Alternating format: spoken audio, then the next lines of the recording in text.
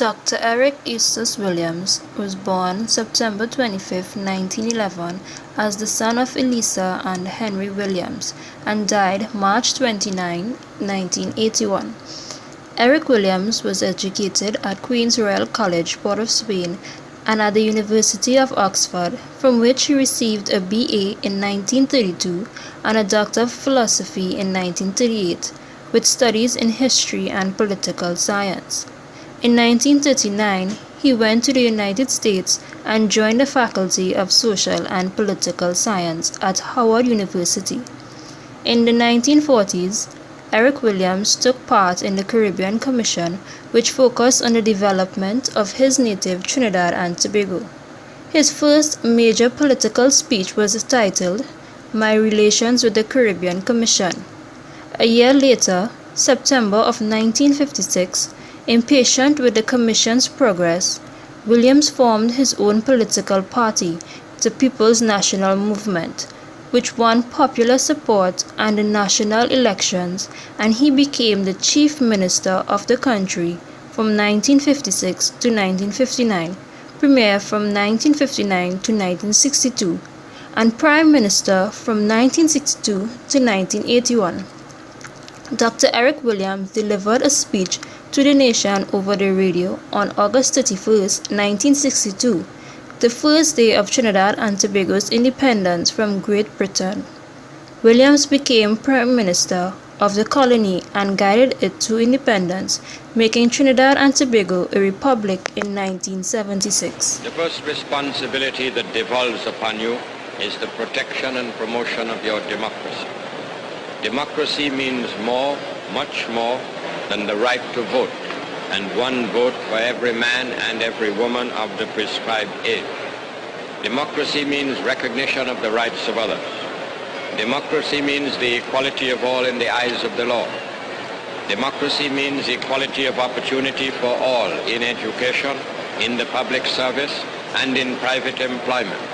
I repeat, and in private employment. Democracy means responsibility of the government to its citizens, the protection of the citizens from the exercise of arbitrary power and the violation of human freedom and individual rights.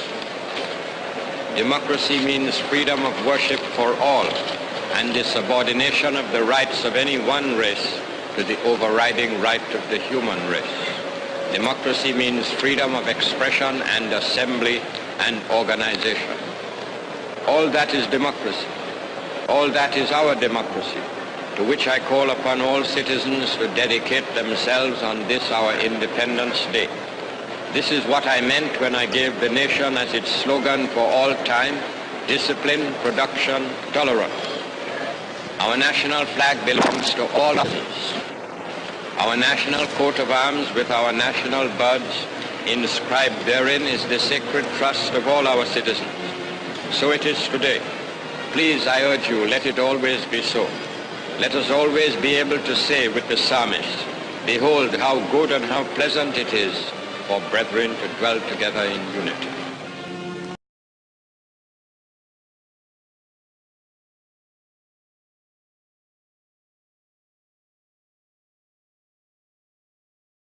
As people, we all have both internal and external challenges. Our internal challenges may consist of identifying our personal skills and talents, improving our confidence and determination, or fighting against depression and other problems. Whereas the external challenges we face may come from the outside world, where people compete with each other for various needs and reasons. However, we must face these challenges and try to overcome them, learn from them, and make greater decisions in life for ourselves and the people whom look up to us. Internal challenges. Some of the internal challenges faced by Dr.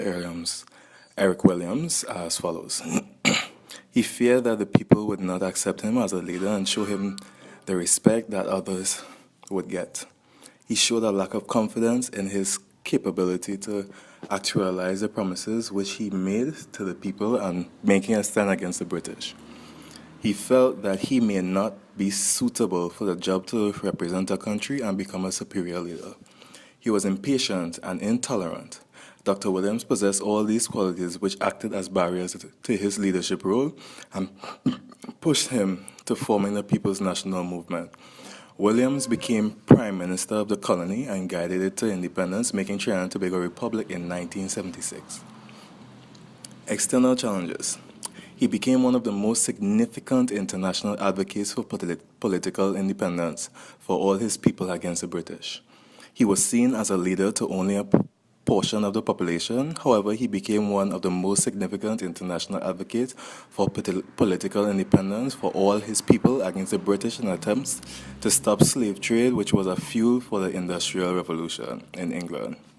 Dr. Eric Williams' movement to forming the People's National Movement was seen as a segregation of the people of Trinidad and Tobago.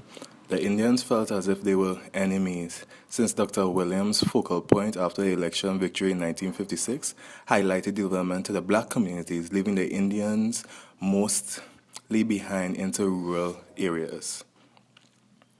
People perceived him that he was a leader to only members of the black community. PNM policies were never seen as national policies, but are those which benefited members of the black ethnic group, excluding a large Indian community. Williams was called a communist, one of the most things any aspiring politician could be recognized as, because he was in favor of birth control and stood against what the church stood for, where in the country Christian population was heavily present. However, he stood by his word and his popularity never decreased. Values. His aggressive, commanding role. Values.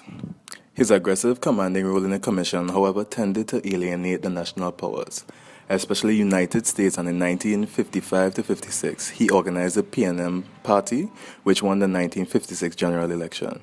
He became chief minister in the country's first party government, and with the achievement of internal self-governance in 1959, he served as premier. The PNM won the December 1961 elections by a landslide. Williams became Prime Minister of the colony and then of the new nation upon its achieving independence in August 1962. He also played a commanding role in leading his school, Queen's Royal College, to victory in their football championship during his younger stages. He was a prophetic and single-minded leader. He was also a man of culture. Dr. Williams believed culture had an important role to play in welding the society together. This could not be achieved if the people's culture was not at the vanguard of the nationalist movement and the educational system was not rooted in the national culture. He also had great foresight and planning for his country to remain in power for so long. He was persistent to gain our country's independence. He was a leader solely for his people to bring about positive change from them since the abolition of slavery and the slave trade in the Caribbean so many years ago. He also was persistent to gain power because he saw with having power he can bring about greater change. He was also a leader that could not stand corruption. Eric Williams was a hero for whom Afro-Trinidadians had long been waiting. He was at one and the same time the good talker, good arguer, and the man of action. At all levels you have lack of training, inefficiency in management. The requirements are the same even though the jobs might be different. And above all, the mentality with which the different groups approach the question is the same. You can't have dedication in one field and then something else. If we could only get, as I said repeatedly, the sort of attitude that the population as a whole has to the entire carnival celebrations, if you could have that throughout the year, Trinidad would be and Tobago would be the richest country in the world.